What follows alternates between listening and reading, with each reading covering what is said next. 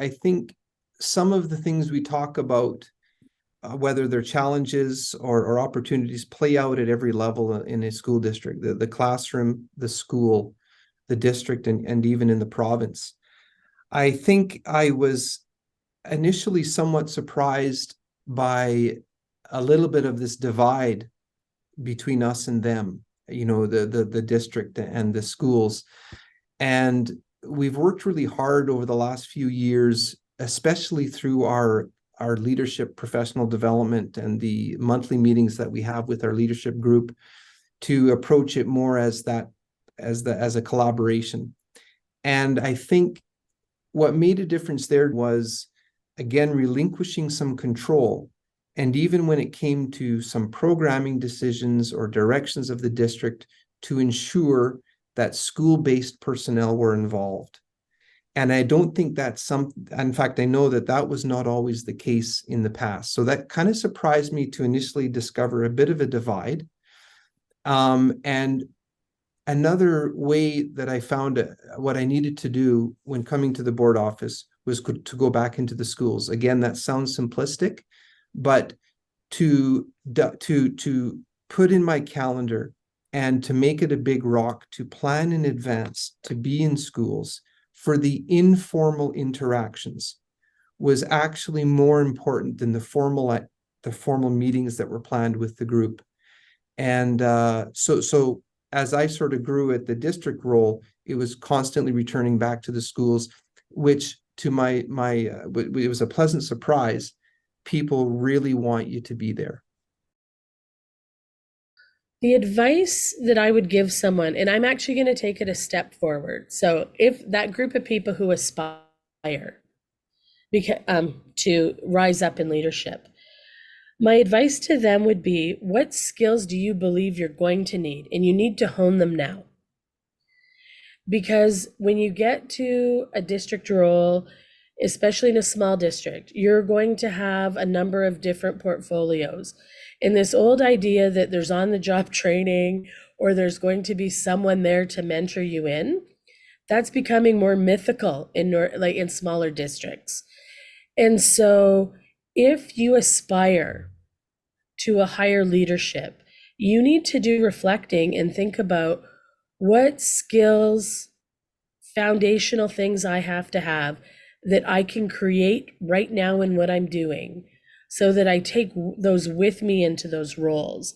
And I'm not depending on someone to teach those to me when I arrive or when I land in that role. And then if you're new in leadership and you're moving into these higher leadership roles, my biggest advice for people is to listen. Listen to everyone, but think about the questions you're asking. Are you asking those deeper questions to actually get to the root of what the culture is and what's going on? And who are you asking? Don't just ask the people above you, because you need to talk to the people who you'll be serving. And servant leadership's always been a big force in my leadership. And you can never forget to challenge yourself. Am I still meeting the needs of who I'm serving? And so you need to, if you're in the careers department, you need to go out into the schools. You need to talk to the people who are doing the work, who's on the front line. Even as you move into leadership, are you having those authentic conversations with your principals and vice principals, hearing what they're dealing with, what they're facing, and helping them? And so your initial year, while yes, you want to be seen and you want to be heard and you may want to be known, you need to listen and connect with people. You need to build those relationships, because leadership is a really lonely position if you don't have those relationships built. And it's hard to impact anything in a positive way. And so my advice would be also look at the data, because do a little data dive on your own and see where, you see things that stand out, things that might be a little bit of a red flag that need another look. Because data always tells a story, and it shouldn't be to blame or shame anyone, but it's hard to do your leadership role if you're not grounded in the data of your district.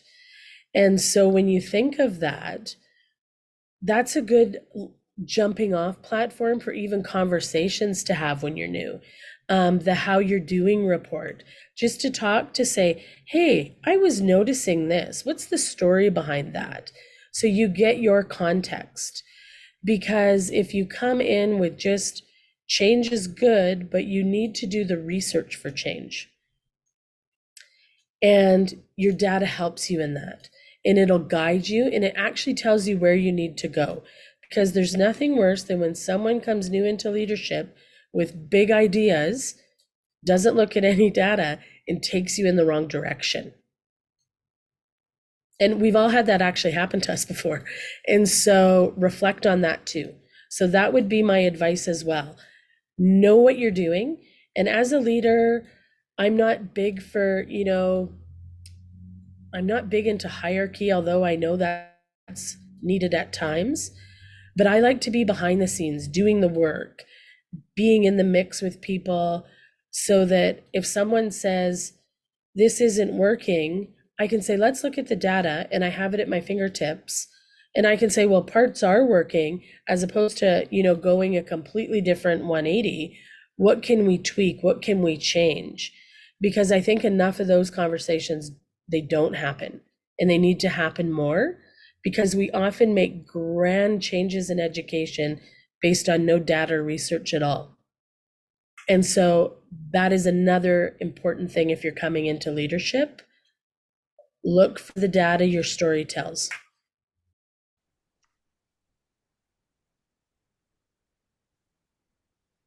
So what I thought it would be about, you have impressions of what certain roles are, what the job is.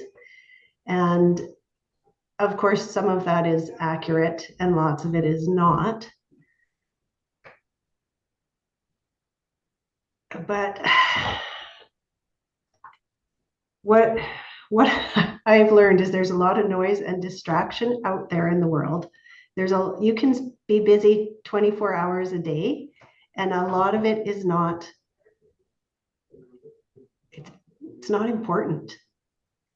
So keeping the focus on children and their learning in the midst of all of the distraction and all of the tasks that need your attention is one of, I guess, not a surprise, because school leaders experience the same thing, having to prioritize. It's just in a different way at the district level. You don't have the distractions of families and students as much as you have distractions for the requirements about your work, or the reporting responsibilities, or some of the work is different, but the heart of the work is not, right? The core of what you do, whether you're in a classroom or at a school principal or a superintendent or a district leader, the work is the same. We are here to support children and to grow as learners ourselves. We're on a journey. There's no, oh, I've reached this level, I'm now accomplished. No, in fact, the more responsibility I have had, the more I've realized how much I don't know and still have to learn. So it's an ongoing journey. My advice would be yourself, and everyone has gifts and strengths, and continue to grow those. Listen to the people around you, and seek support for areas where you need to continue growing.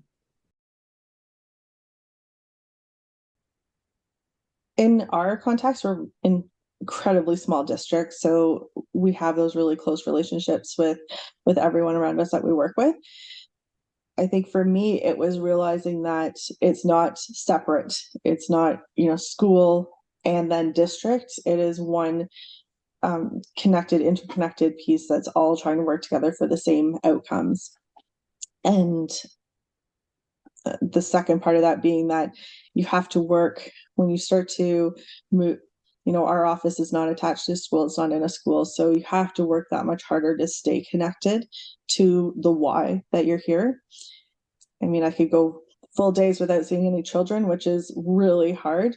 When you move into that senior leadership position, you need to make that time and that effort to make sure you're getting back to the schools to see what is happening on the ground, and, you know, remembering why we're here. One of the things that that struck me very early in that transition was that I really needed to move my way to moving past representing my school and the communities that I served at that time. And I remember how it struck me, like, about how much time I needed to spend with other communities. I spent time with my community for, the better part of 15 years, and how the center of my advocacy needed to move to kids and families I didn't even know. I worked for a long time in the community that I grew up in. I was actually the principal of a school where I attended high school. And I knew everyone really well. So I think that's probably the shift, is that I needed to be advocating for each and every child and each and every family. And suddenly there were thousands of them. And I was advocating for kids I didn't know and would probably, a lot of them, never personally know. But that didn't make it any less important.